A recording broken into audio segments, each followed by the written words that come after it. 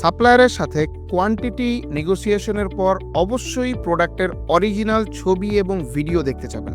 Original ছবি এবং video দেখার মাধ্যমে প্রোডাক্টের গুণগত মান সম্বন্ধে আপনাদের একটি বেসিক ধারণা হয়ে যাবে। মনে রাখবেন, যে কোনো অর্ডার বাল্কে কনফার্ম করার আগে অবশ্যই স্যাম্পল অর্ডার কনফার্ম করবেন।